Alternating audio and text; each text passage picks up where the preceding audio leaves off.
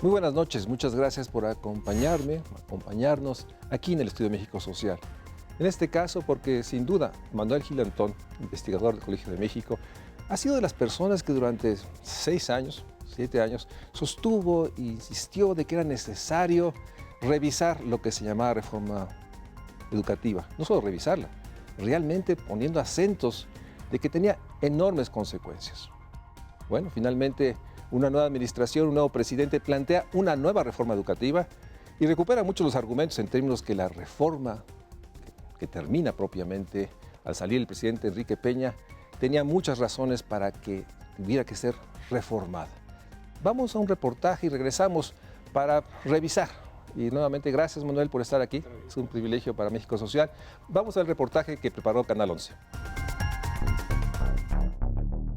La educación en México debe ser garantizada por el Estado de manera universal, gratuita, laica, obligatoria, democrática, integral, equitativa y de excelencia. Así lo aseveró el pasado 13 de diciembre de 2018 el presidente de la República, Andrés Manuel López Obrador, al presentar la iniciativa del Ejecutivo Federal con proyecto de decreto por el que se reforman los artículos 3, 31 y 73 de nuestra Constitución Política. Entre lo propuesto por esta iniciativa en materia educativa, destacan la abrogación de la Ley General del Servicio Profesional Docente, la abrogación de la Ley del Instituto Nacional para la Evaluación de la Educación, INEE, la eliminación de disposiciones que señalen el ingreso al servicio docente mediante concursos de oposición, y por último, la iniciativa que reconoce al magisterio como agente primordial de la transformación social. Al respecto, el desafío se presenta de enormes proporciones, ya que la situación de la educación en México es deplorable en distintas dimensiones. Por ejemplo, todavía existe deuda social para que todos los niños y jóvenes completen la escolarización obligatoria.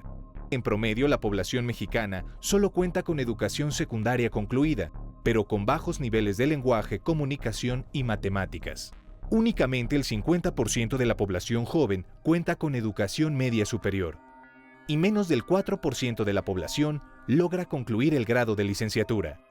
A lo anterior se suma el elevado nivel de analfabetismo que existe en el país. Más de 5 millones de personas mayores de 15 años no saben leer ni escribir. Sin duda, la actual administración tiene la oportunidad de impulsar el desarrollo nacional a través de una reforma educativa que garantice educación de calidad, oportuna y pertinente para toda la población. Creo que nos quedamos cortos, Manuel, tú lo has puesto insistentemente. Alrededor de 31 millones de mexicanos en rezago educativo, rezago escolar, como se dice, Sí. ¿no? Sin tener la comprensión de, digamos, habilidades básicas, leer un recado, matemáticas, sin terminar primaria, secundaria, más esta cifra de población que no sabe leer y escribir. Y a eso otra cifra que debe pues, ponernos en el azor a todos, ¿no? Más de 1 millón de jóvenes, por distintas razones, son abandonados por el sistema escolar y no tienen ninguna otra opción. Se dijo esto exactamente hace 6 años y en base en eso se justificó diciembre de 2012, 2011, que había que hacer una reforma educativa. Hagamos un balance, llévanos a este balance. Estos 6 años, porque lo escribiste y lo acabo de leer, la reforma educativa del presidente Peña tuvo consecuencias, más allá si se realizó o no. Manuel, muchas gracias. ¿Cómo podrías llevarnos a estos 6 años de una reforma que finalmente no llegó a ser? Sí, muchas gracias, Mario. A mí me parece que justo estos datos que se presentan en el reportaje que tú mencionas fueron los datos olvidados de la reforma de Peña.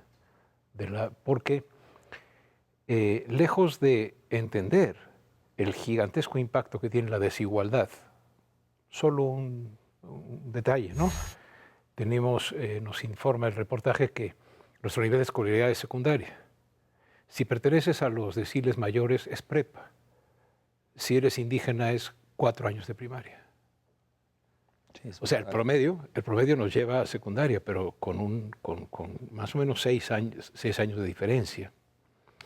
Entonces, con el 40% de escuelas multigrado, con muchísimas escuelas sin agua, etcétera, ¿no? Y sobre todo, con el impacto de un contexto social muy desfavorable, lleno de pobreza, de carencias. Es curioso, la reforma educativa del presidente Peña hace a un lado el impacto de los contextos sociales y dice la culpa no de la desigualdad, obviamente, la culpa de que salgamos mal en PISA Sí. es de los maestros. Es decir, la reforma de Peña se concibe, y bueno, de hecho hay FED, de Nuño, de Otto, etcétera. Esta reforma que se impulsó concibió al magisterio como el responsable, si no único, el más importante en el fracaso en el aprendizaje.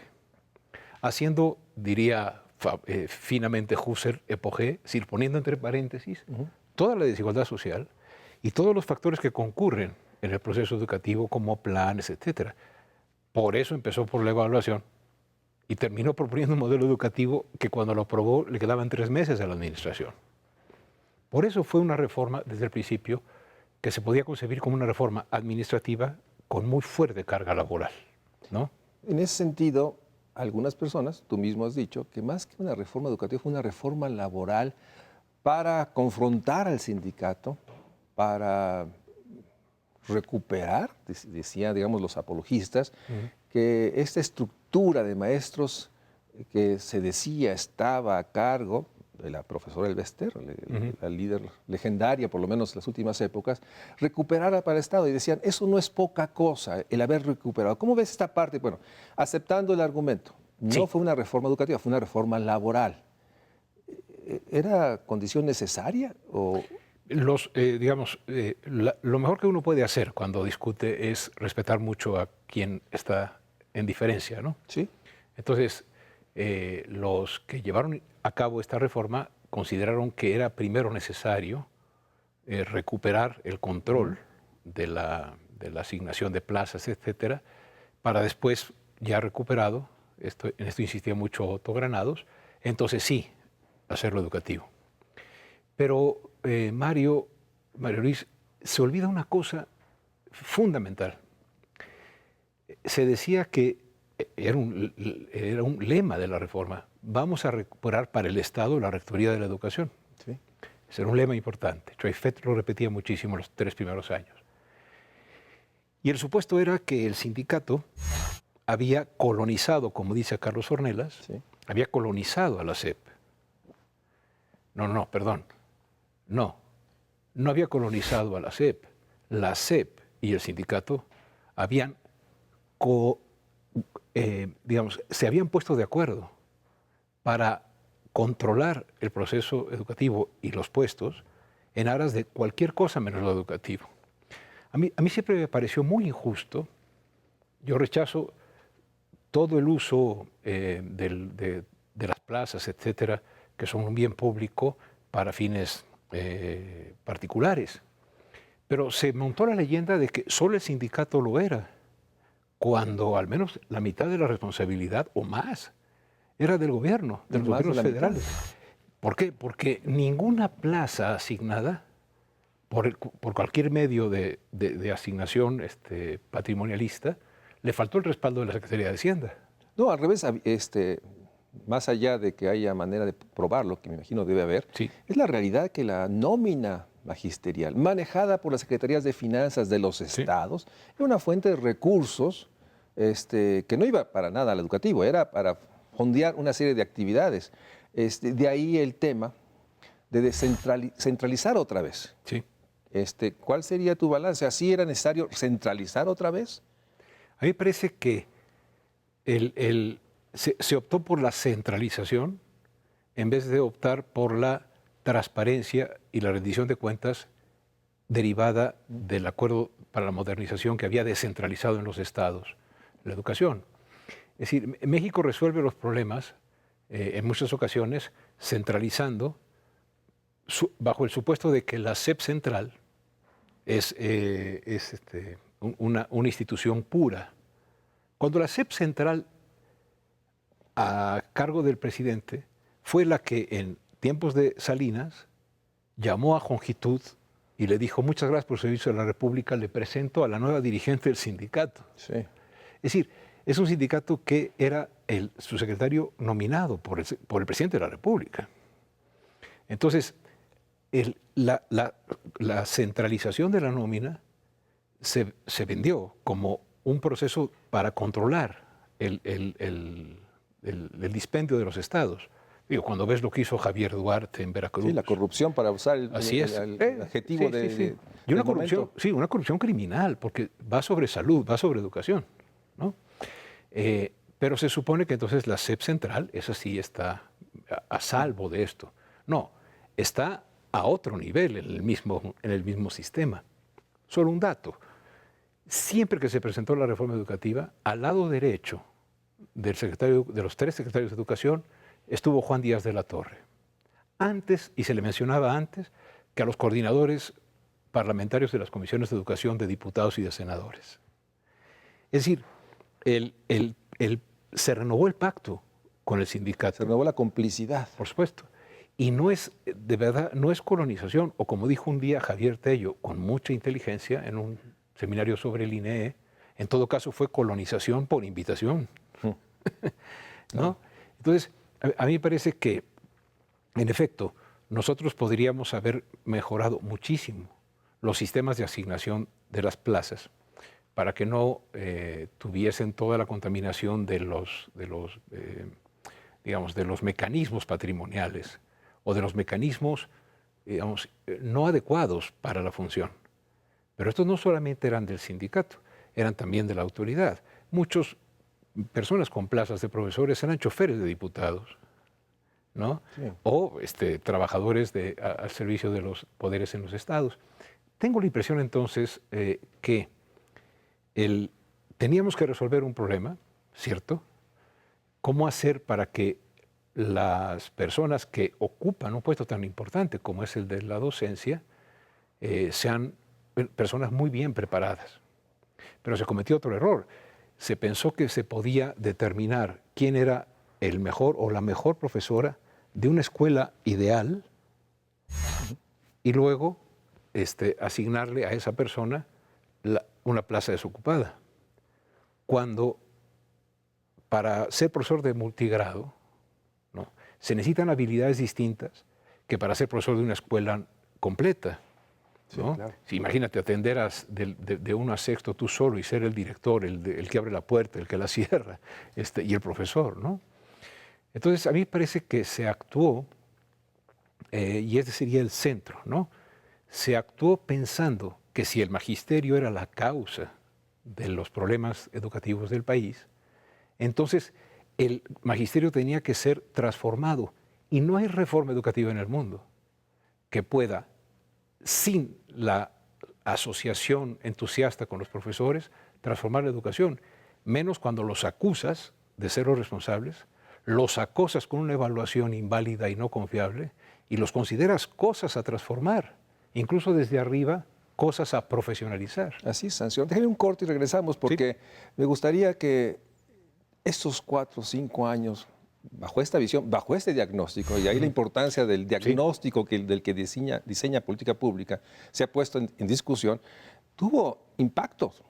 O sea, no fue neutral, inicua, sí afectó o sí erosionó. Algunos dirían, sí tuvo algunos, digamos, ventajas, pero me gustaría que habláramos de cuál fue el impacto en el sentido de empezar a discutir lo que tú has dicho, y repito una frase de Manuel Gil recientemente de una plática en la Universidad de Tlaxcala, si hay que hacer la reforma, una nueva reforma, la pregunta es, ¿qué tipo de reforma?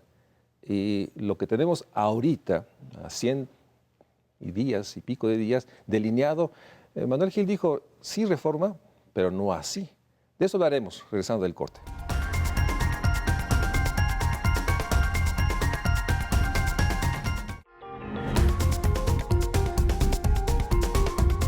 La reforma educativa del presidente Peña hace a un lado el impacto de los contextos sociales y dice la culpa no de la desigualdad, obviamente.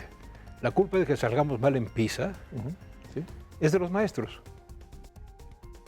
Es decir, la reforma de Peña se concibe, y bueno, de hecho hay fe de Nuño, de Otto, etcétera. Esta reforma que se impulsó concibió al magisterio como el responsable, si no único, el más importante en el fracaso en el aprendizaje. Manuel, llévanos a los grandes trazos. ¿Cuál fue finalmente el costo de lo que se hizo? ¿Cuál fue el impacto? Porque finalmente sí tuvo un impacto. ¿Cómo podrías tú hacer este balance? Sí, a mí me parece que si tú haces un diagnóstico en el que un solo factor te explica casi todo o todo, el culpable es el magisterio. La solución que se diseñó fue la evaluación. Pero se cometió el gigantesco error de poner a la evaluación como mecanismo laboral. Aquel que no se evaluara perdía el empleo. Y si se evaluaba, perdía sus condiciones de ciudadanía laboral, como la estabilidad en el empleo. Entonces decidió que la evaluación como mecanismo laboral era la que aseguraba poder seguir. Entonces se perdían los derechos laborales adquiridos. Así se perdió. Es la primera vez que se ve una aplicación retroactiva de la ley. ¿Por qué? Porque la Suprema Corte consideró que el interés superior del niño estaba sobre el interés laboral de los profesores, cuando los derechos tienen que ser... no hay un derecho superior a otro, no. Todos valen lo mismo, pesan igual. Claro, y incluso si quieres el interés superior del niño, pon a los profesores en un proceso de evaluación que los haga mejorar, no que sea el mecanismo mediante el cual los puedes despedir, ¿no? Entonces, las consecuencias de esta situación es que, y creo que es la principal, es que los profesores se prepararon para el examen sin que tuviera esto un cambio en el aula. Porque, como dirían los sociólogos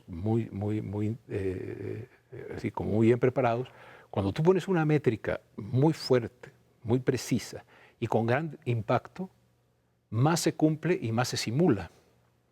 Entonces los profesores, en vez de dar clase y en vez de pensar cómo renovar sus actividades en el aula y en la escuela, lo que decidieron es, hay que estudiar para el examen. Claro. Y para el examen había no solo que estudiar para el examen, sino responder no lo que derivaba de tu práctica, sino lo que tú adivinabas que quizás el INEE y el Ceneval pensaban que era la respuesta correcta. De toda la evaluación no aprendimos nada. Simplemente se empleó como un mecanismo de justificación de la idoneidad o del desempeño. Y esto hizo que es decir, estamos hablando de 1.200.000 personas o de 1.500.000 si metemos a los colegas de la educación media superior. ¿Cómo puede haberse generalizado el que todos eran barbajanes, todos eran violentos, todos eran ignorantes hasta que demostraran lo contrario? El Estado de Derecho es que todos somos inocentes hasta que se demuestre lo contrario. Los profesores, digamos, no hubo un Estado de Derecho pedagógico. Todos fueron considerados ignorantes hasta que en la evaluación demostraran lo contrario. Probablemente ese es el costo más alto. Hubo una derivada, no sé si intencionada, real, pero real, en que se desvaloró el trabajo de los maestros, de todos. Sí. Y tan malo es considerar que todos son malos, como todos apóstoles entregados. No, son como todos los gremios, como todos los seres humanos, como nosotros en la universidad. Es decir, la proporción de personas que no hacen bien su trabajo es bastante parecida, ¿no? A lo mejor es un poquito más alta la que no hace bien su trabajo en la clase política, ¿no? Ese es un comentario. Entonces, no, yo lo comparto, o sea, depende de profesión, pero en ese sentido, lo que afirmó el presidente Andrés Manuel, que uno de los resultados más importantes es se está reduciendo, deja ponerlo en proceso, la polarización. Sí teníamos un magisterio polarizado, y ahí me gustaría que nos metieras un poco, para los que no somos, digamos, estudios del tema, cuando hablamos de magisterio, cuando hablamos de personajes como los líderes, no sé cuál sea el líder actual, ¿de qué estamos hablando? Porque 1,5 millones o 1.200.000 está agrupado y hay movilizaciones muy intensas. Las ha habido en estos días, peleando salarios caídos, lo que pasó en Michoacán. O sea, ¿hasta dónde se ha abierto un impas real ante la declaración del presidente en la campaña y ahora de que la reforma del presidente Peña será abrogada. ¿Sí tuvo un impacto, digamos, positivo en términos de repensar todo? Yo tengo, a ver, a mí me parece que si el presidente piensa que va a ser una cuarta transformación equivalente a la independencia, a la reforma y a la revolución, esta cuarta transformación en la iniciativa nos queda de ver, porque debería de tener un proyecto educativo de gran magnitud, del tamaño de la cuarta transformación. Recordemos cómo la revolución fue acompañada de un proceso educativo que fueron las brigadas culturales, Vasconcelos, toda esa gente, ¿no?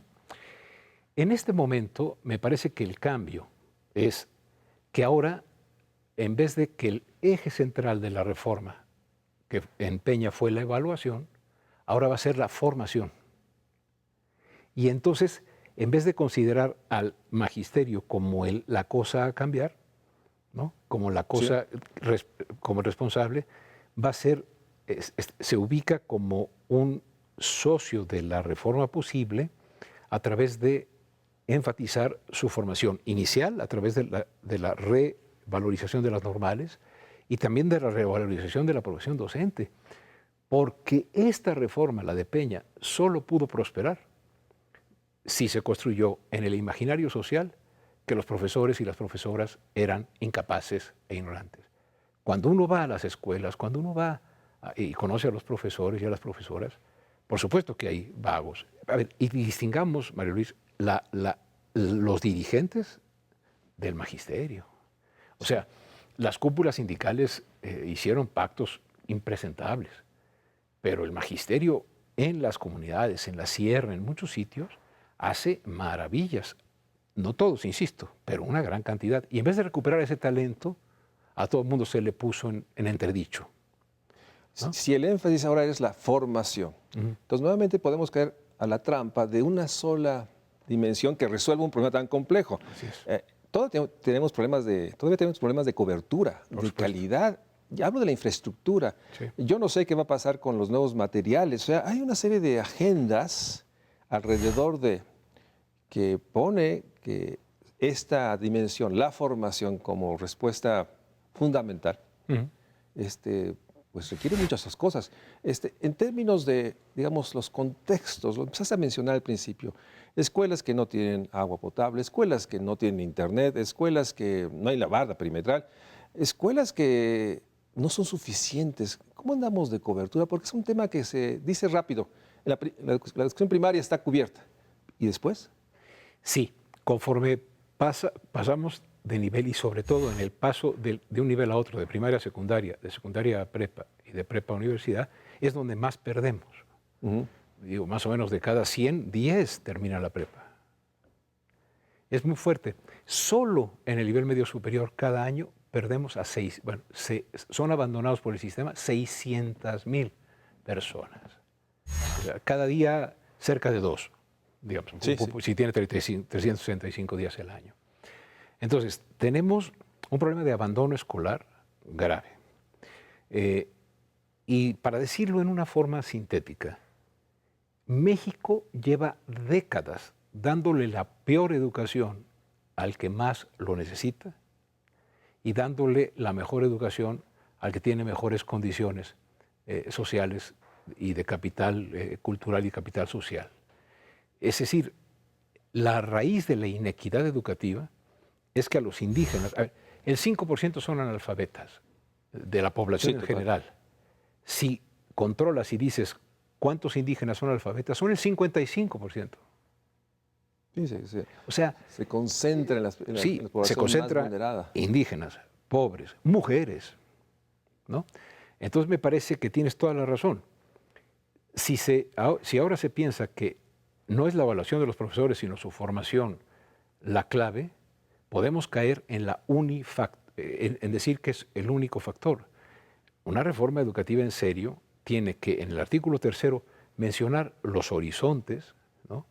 Y luego, no en la Constitución, sino en las políticas públicas, en las leyes reglamentarias, digamos, dejar al artículo 3º más en términos de la axiología, de los valores de la educación en el país, y luego tener proyectos de digamos, de apoyo para que la escuela sea un factor que impulse la igualdad y no como hasta ahora, profundiza la desigualdad hasta el punto que, y es muy triste decirlo, 2 frases, en México origen es destino, Sí.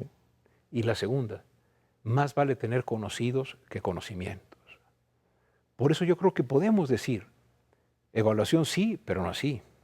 Vamos un ¿No? corte y regresamos a esa parte porque en estos 100 días, 110 días, 115, ha delineado, ha habido trazos, pero en el fondo me quedo con esta terrible realidad, origen es destino. Si uno nace en una localidad rural, lejana, aunque sea grandota, ¿sí? Aunque tenga más de 1,000 o 2,000 habitantes o 3,000, la educación va a ser muy mala.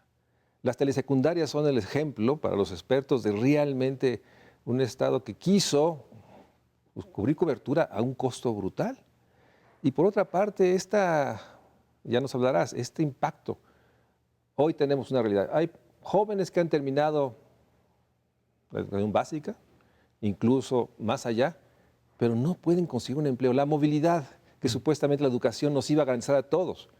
Entonces vuelve un proceso que ya está erosionando los fundamentos, digamos, más claros de que había que estudiar porque era el camino, sobre todo para los que menos recursos tenían para salir adelante o tener una vida mejor que sus padres. Y 2019 parece que todavía no iniciamos y nuevamente estamos en el discurso de una nueva reforma. Nos gustaría que Manuel Gil nos diga, una nueva reforma, ¿qué debe poner enfrente en la complejidad y en los tiempos? Finalmente, si algo es escaso cuando uno está en la acción pública es el tiempo. Vamos a un corte y regresamos aquí a México Social.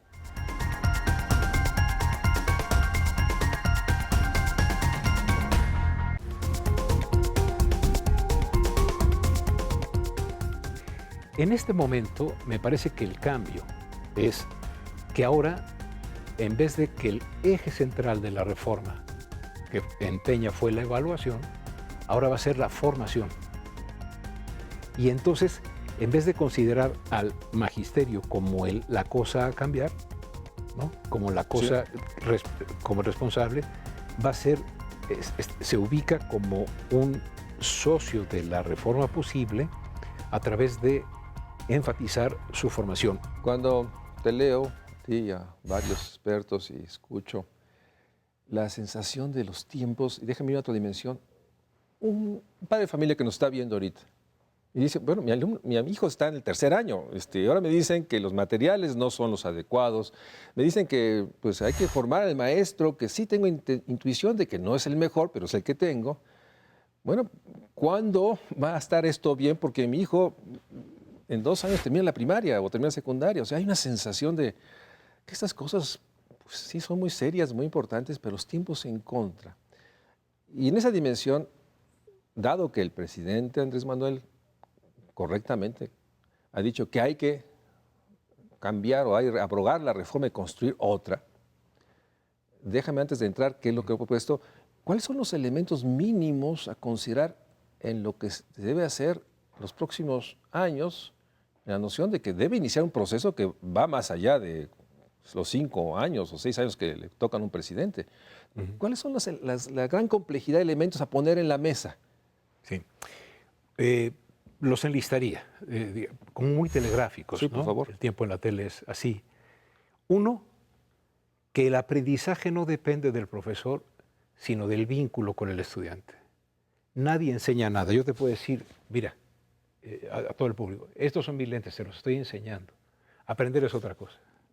Aprender es el resultado del vínculo, y no solamente de un profesor con un alumno, con su grupo, sino de la escuela y del sistema educativo con niños, niñas y jóvenes.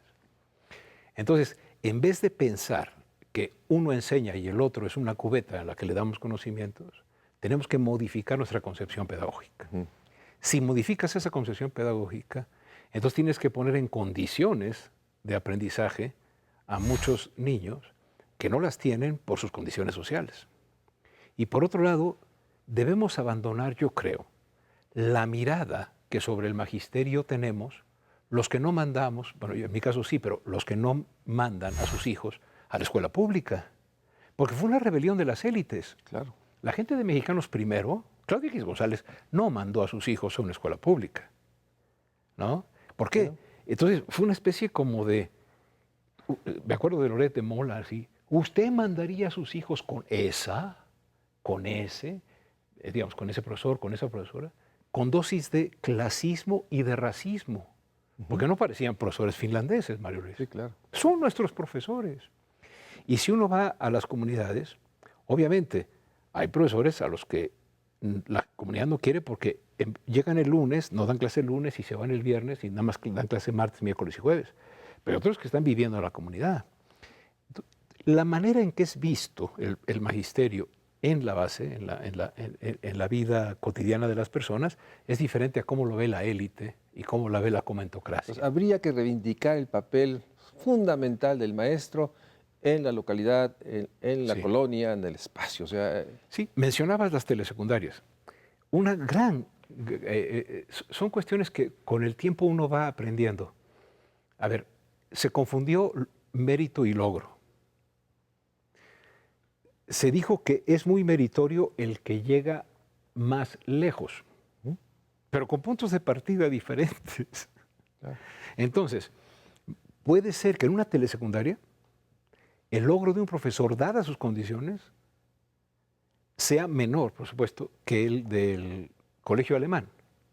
Sin embargo, el mérito que tiene el esfuerzo de en esas condiciones lograr que haya bases de lectoescritura y cálculo, que la OECD dice que son insuficientes, sí, que venga la OECD a enseñar en las condiciones de hambre, en las condiciones de... ¿no?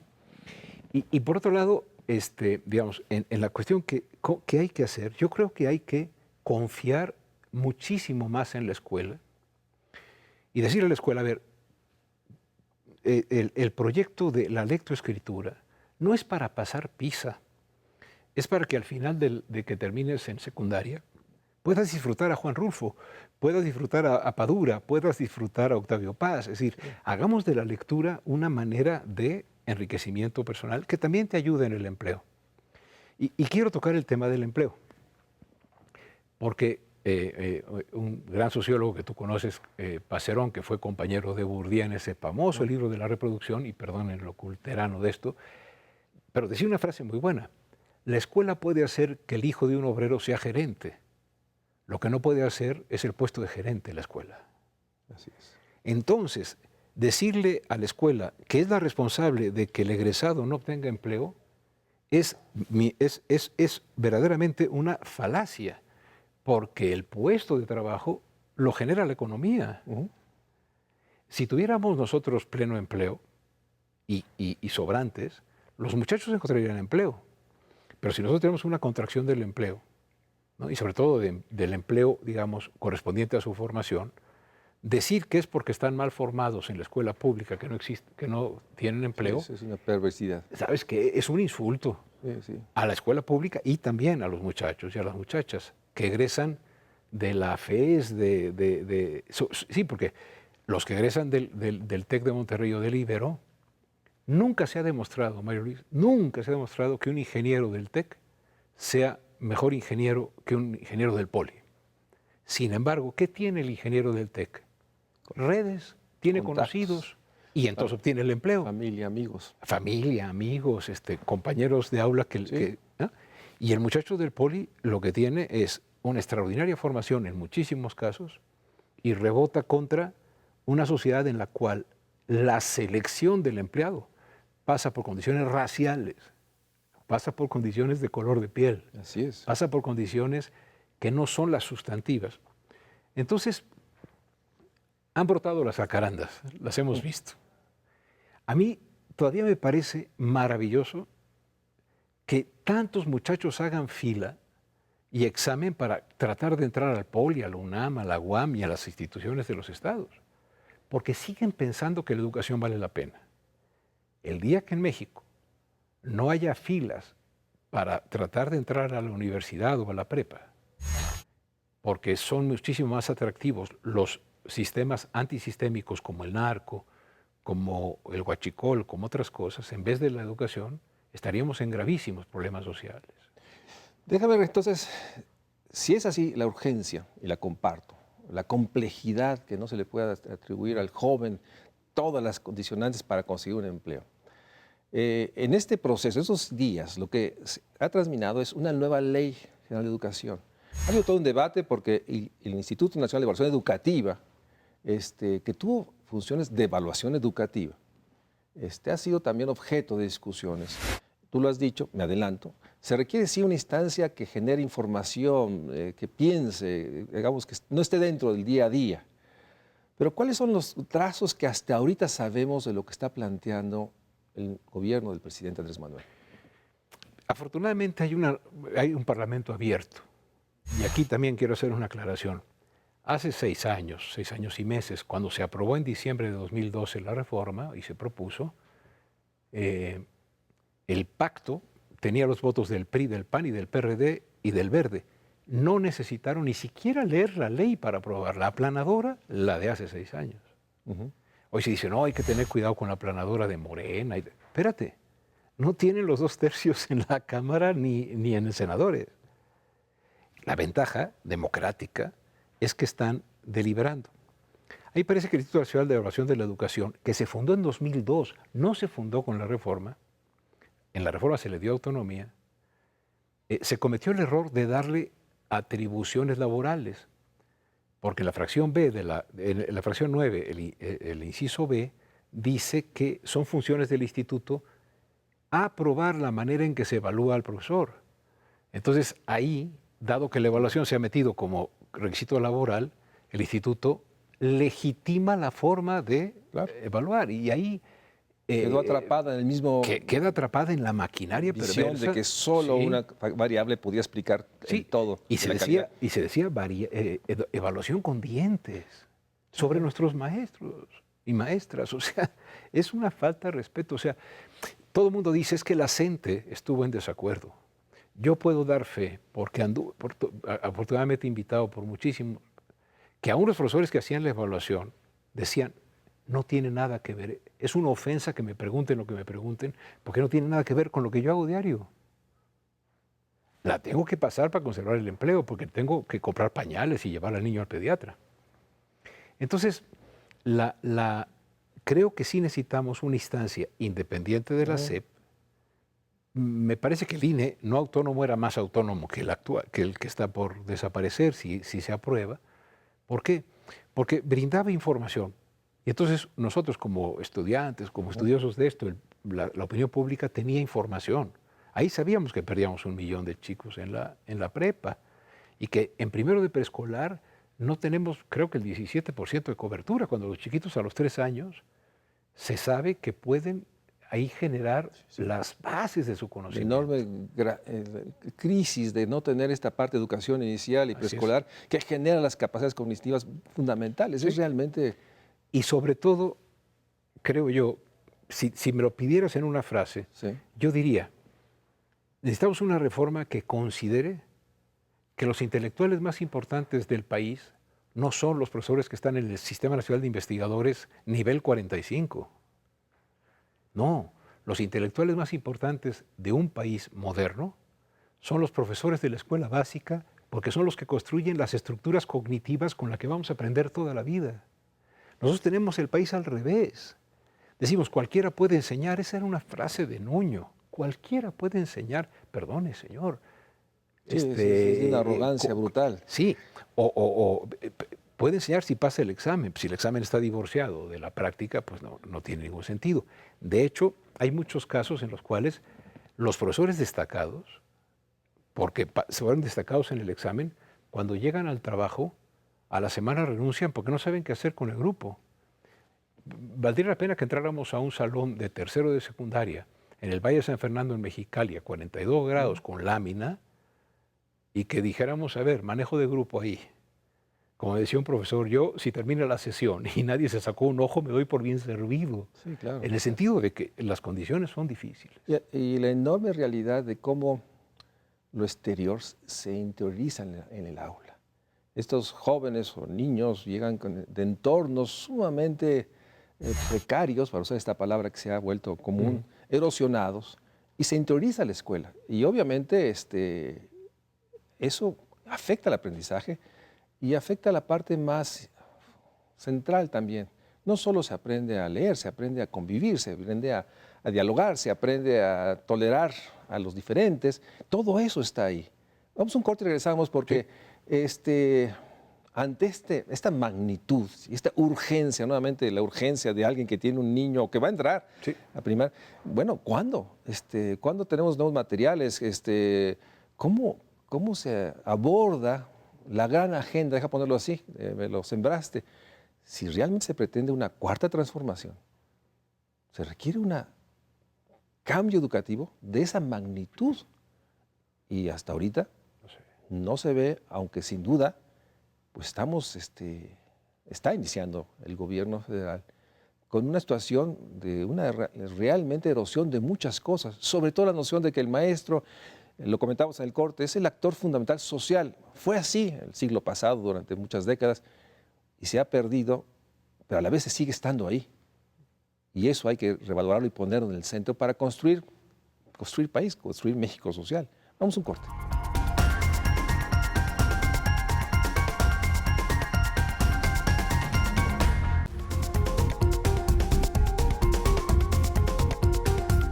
La escuela puede hacer que el hijo de un obrero sea gerente. Lo que no puede hacer es el puesto de gerente en la escuela. Entonces, decirle a la escuela que es la responsable de que el egresado no tenga empleo es verdaderamente una falacia, porque el puesto de trabajo lo genera la economía. En esta enorme urgencia y complejidad, insisto, los tiempos están encima, los tiempos políticos, administrativos, también esta parte de asumir que hay un ente virtuoso, capaz de todo, llamada Secretaría de Acción Pública, que de pronto puede llegar a cambiar todo porque hay nuevos responsables, nuevos apellidos y nombres. No es así. Pero en ese sentido, ¿dónde podrías tú, digamos, algunos puntos que hay que cuidar, que hay que observar, amenazas, fortalezas? Porque nuevamente los tiempos políticos, ¿no? O sea, el presidente tiene prisa y tiene razón, pero hay procesos que requieren tiempo y reflexión, y yo no sé si hay esa noción, porque finalmente estamos hablando de una república sumamente compleja, difícil, que no actúa al unísono como alguna vez lo hizo. ¿Dónde serían los puntos a observar y cuáles son las amenazas que tú podrías poner para el auditorio? Sí, yo creo que hay que entender que la reforma educativa que México requiere, si no llega a las aulas, no es reforma. Es una nueva forma de organizar administrativamente las cosas. De eso no se sigue, así como de la evaluación no se sigue cambio en el aula, de una reorganización burocrática no se sigue que haya cambios. Los países que han logrado cambios son aquellos que han apostado a políticas de Estado, no políticas de sexenio. O sea, los que piensan en la próxima generación, no la próxima elección. Entonces me parece que en la iniciativa del presidente López Obrador hay la idea de un consejo que esté integrado por profesores y profesoras que fueron los que fueron arrebatados su voz en la reforma de Peña, que traten de pensar las grandes directrices, pero aprovechar este sexenio para, por ejemplo, generar una reivindicación del magisterio que parta del hecho, por ejemplo, de que el profesor no está en contra de la evaluación. Evaluación sí, pero no así. No me hagas un examen que no tiene nada que ver con mi práctica. Me parece que yo me imagino que la mayoría del magisterio está de acuerdo en que se establezcan procesos a través de los cuales cada profesor y profesora tenga la posibilidad de mostrar su capacidad para la función. Porque sin ser el único, sí es muy importante, es como el coordinador de los factores. Entonces, no es el mejor maestro el que sabe todo, sino el que tiene el dominio pedagógico del contenido a enseñar. Por lo tanto, a mí me parece que concebir que necesitamos no un examen para dar una plaza, sin un proceso que ocurra en cada una de las escuelas o en las secciones más abajo, en el que se diga, a ver, la necesidad es esta, ¿quién es el más adecuado? No quién es el idóneo para una escuela ideal, sino quién es el adecuado para este preescolar o para este multigrado en el que se necesita saber náhuatl, ¿no? Es decir, es muy diverso el país, lo decías con mucha claridad. Entonces, el tiempo político en México se nos va cada 6 años. Bueno, entonces, ojalá, yo diría, como las jacarandas que brotan a pesar de todo, ¿no? Pues a pesar de todo, ojalá esta reforma pudiese poner las bases de una propuesta de largo plazo en la cual los actores fundamentales de la transformación educativa sean los que saben lo que está pasando. Y esos son los profesores, no son los especialistas, no son los burócratas, no son los políticos. Hacer las cosas al revés, una política pública que escuche, ¿no? Cuáles son los problemas fundamentales y que, por ejemplo, ante los problemas fundamentales piense en una reorganización de las normales, de las cuales saldrán los profesores en 4 años, Sí. ¿no? Ya Sí. faltan 2 para que termine el sexenio, ¿no? Y que dé formación continua a los profesores ya en activo, que les permita a algunos la jubilación decente, renovar nuestra planta magisterial y, bueno, sobre todo, dado la urgencia, hay que empezar la reforma ayer, pero sí creo que contando como el principal socio para coordinar el esfuerzo a los mejores profesores que tenemos. Profesoras y profesores talentosos que han entregado su vida y han generado estrategias de enseñanza extraordinariamente positivas. Y en ese Los sentido, tenemos. deja poner una parte que creo que a todos nos preocupa, los contenidos. Tú lo dijiste, al cuarto para las 12, la mención pasada, aprueba nuevos contenidos. Y estoy seguro que ahorita debe haber un grupo revisando los contenidos, que va a tomar un tiempo y que puede tener sesgos y que debe tener visiones. A mí y a ti nos preocupa esta noción que surge desde adentro, yo no digo del presidente, pero desde adentro de grupos importantes, porque tienen plataformas, de poner a consulta los derechos humanos, como si fuera un asunto, digamos, a consulta, cuando son inherentes. O sea, puede haber retrocesos. Con respecto a los materiales educativos, ya nos hablaste de que hay que bajar al aula, la parte pedagógica. Ahí hay tiempo porque recojo esta idea que me hace central. El presidente Andrés Manuel López Obrador y su equipo debe tener cierta noción de sentar las bases, no pretender terminar el todo como si fuera un logro cuando hay mucho que hacer. Pero, ¿cuál es tu opinión sobre los materiales que tienen ahorita los niños en las aulas? Sí, a mí me parece que están aún orientados a formar personas que respondan en vez de personas que pregunten. Y cuando tú transformas un sistema educativo orientado para producir personas que cuestionen, personas que tengan conocimiento para hacer y tener dudas fundadas con las cuales enfrentar la vida, ahí estás educando. En el otro caso estás instruyendo para salvar exámenes. ¿Cómo hacer esto? Bueno, no es trivial porque tenemos todo un sistema entrenado para la respuesta, incluso para llenar ovalitos Sí, sí. en vez de escribir, ¿no? Entonces, hay una urgencia de renovación pedagógica que tiene que estar unida a los materiales, porque si el material es memorístico, pues entonces, ¿cómo generas gente que con inteligencia pregunte? No hay manera de poner a consulta si los niños, las niñas y los jóvenes tienen el derecho a la educación. Bueno. No puede ser. Pero para que ese derecho sea efectivo, lo que necesitamos es acompañarlo del derecho que tiene el magisterio de tener una formación adecuada para el aprendizaje, ya sea en su formación inicial y también en su formación continua. Y para eso, otro derecho es que sean convergentes los materiales y ¿sabes qué? A veces los materiales, así las cosas, Sí. los libros, etcétera, son menos importantes que la transformación de la experiencia escolar. Claro. ¿no? A fin de cuentas, en la educación tendría que lograr lo que decía Paz, aquella muy bella forma de decirlo y muy breve. Para ser yo he de ser otro, salir de mí, saberme entre los otros que no son si yo no existo, los otros que me dan plena existencia.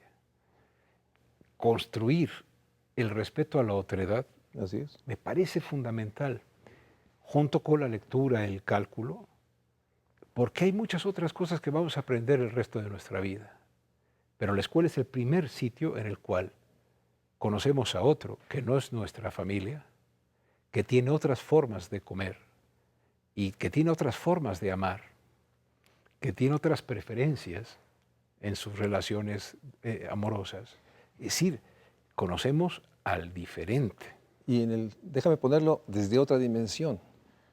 En el síntesis, lo que se construye, obviamente, en la parte fundamental en las aulas, es una ciudadanía. Así es. O sea, seres políticos, seres que son capaces de dialogar, de tener rechazo a la violencia, convicción de cumplir la norma, todos esos valores ciudadanos que están ausentes y pareciera ser que estamos creando individuos para los mercados rapaces que no dan oportunidades, y hay una profunda reforma en la manera de construir estas mentes, estos seres que requieren, y ahí me quedo con esa parte, o sea, son importantes los materiales, pero es importante más la experiencia educativa, y ese es parte del enorme desafío, y déjame dar escala. Estamos hablando de 30 millones, poco más, de niños que están en la escuela, niños y jóvenes, casi 300,000 escuelas. O sea, el desafío es mayúsculo. Así es. Y por eso la centralidad de que haya una reforma, pero que tenga todas esas dimensiones. Y yo quiero agradecerte muchísimo, Manuel Gil, como siempre. Hombre, eres capaz de dar una visión, no digas sencilla, una visión de la complejidad y la urgencia. Y esperemos que ahora que se aprueben, me gustaría invitar nuevamente, ya que se apruebe la ley, veamos qué finalmente está, por lo menos en el marco jurídico, administrativo, porque está ahorita en discusión. Sí. Y ojalá tomen muchos elementos como los de Manuel Gil, Antón, y podamos vernos en 6, 7 meses para hablar de esto. Buenas noches. Muchas gracias, Manuel. Muchas gracias a ustedes gracias. por acompañarnos.